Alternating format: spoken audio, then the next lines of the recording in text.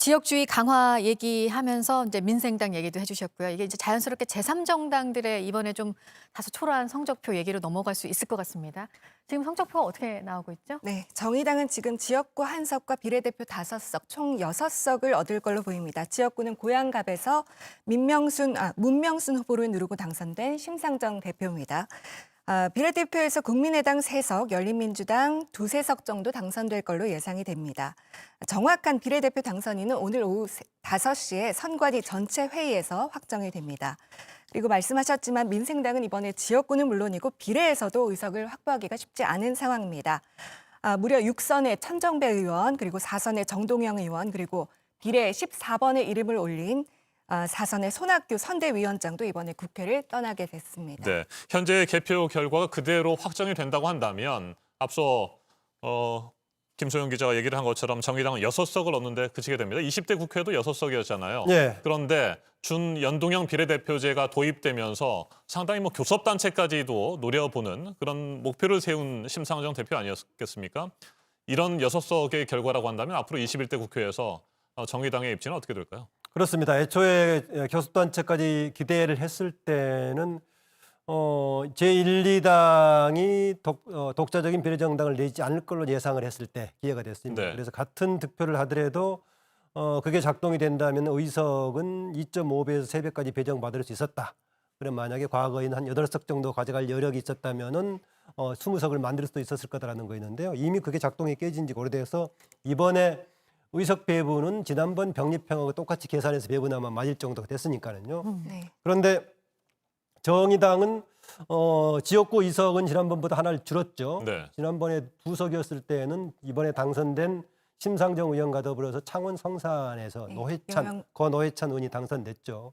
보궐선거에서 여영구 의원이 이제 후보 단일화로 당선이 네. 됐는데 이번에는 민주당과의 후보 단일화 없이 치러가지고 지게 됐습니다. 의석은 심상정 후보 한 사람이 됐고요. 비례는 지금까지 추세로는 한 석이 느는 꼴이 되긴 합니다. 그러나 전반적으로 지금 문재인 정부 지난 3년 동안에 정의당의 독자적인 존재감이라든가 역할을 좀 인정받지를 못했습니다.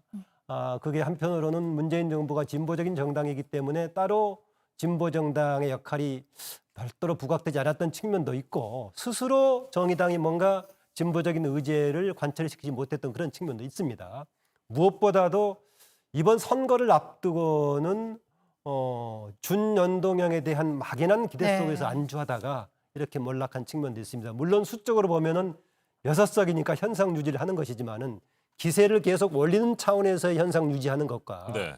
뭔가 다른 쪽에 마음을 두고 있다가 결국은 원점으로 돌아온 상황이어서 정의당도 한번 당의 향배를 위해서 굉장히 고민해 볼 부분이 아닌가 그렇습니다. 특히 당을 대표했던 상징 인물 심상정 의원 계속 구체제인데 뭔가 심상정 대표 체제로 그대로 활력을 만들 수 있을까? 이거 좀 고민되는 부분이 아닌가 그렇습니다. 범진보연합에서 비례 정당을 만들 때도 민주당에서 정의당의 참여 요청이 있었는데 심상정 대표를 중심으로 한 당 지도부가 절대 불참을 원칙으로 이제 정했잖아요.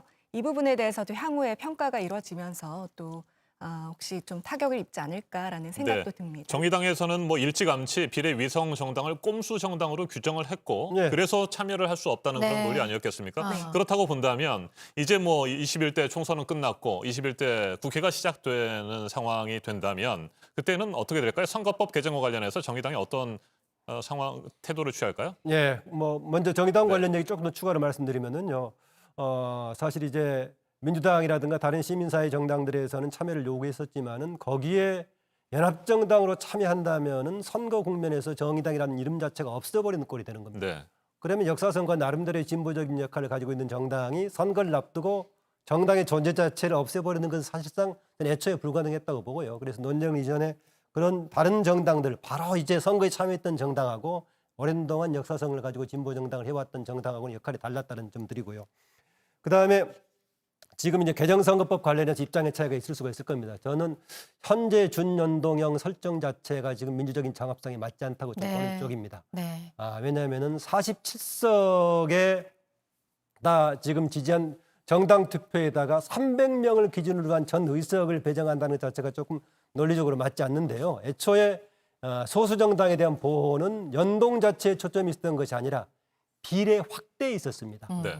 그런데 비례 확대는 없이 연동만 네. 시키다 보니까 여러 가지 좀 무리가 생겼고요. 의석수는 그대로 47석 유지가 그대로 됐으니까 했었고요. 말이죠. 독일의 사례를 많이 빌리는데 지금 일반 시청자들이 좀 익숙하지 않아서 설명을 드리고 싶은데요. 독일 사례는 지역구와 비례가 1대1일 뿐만이 아니라 애초에 독일은 100%가 비례였습니다. 비례는 정당을 통해서만 비례가 되니까 개별 인물을 통한 여러 가지 평가의 기회가 없다 해서 추가로 소선거구제를 도입한 겁니다. 그래서 배정할 때 기존의 비례 배분 방식에다가 소선거구제를 포함해서 한 것이니까 논리적인 민주적인 정합성이 있는데 우리의 경우는 좀 그렇다. 그래서 만약에 앞으로 한다면은 비례 확대에 초점이 있는 것이지 연동에 초점이 있는 것은 아니다라고 보고요. 네. 다만 비례는 결국은 정당을 통해서 추천받고 매개가 되는 거 아니겠습니까? 그런데 지금 우리 최근에 정당 통해서 봤듯이 정당의 후보들을 맡겨놔서 과연 되겠느냐 생각해 본다면 이것도 쉽지 않은 문제입니다.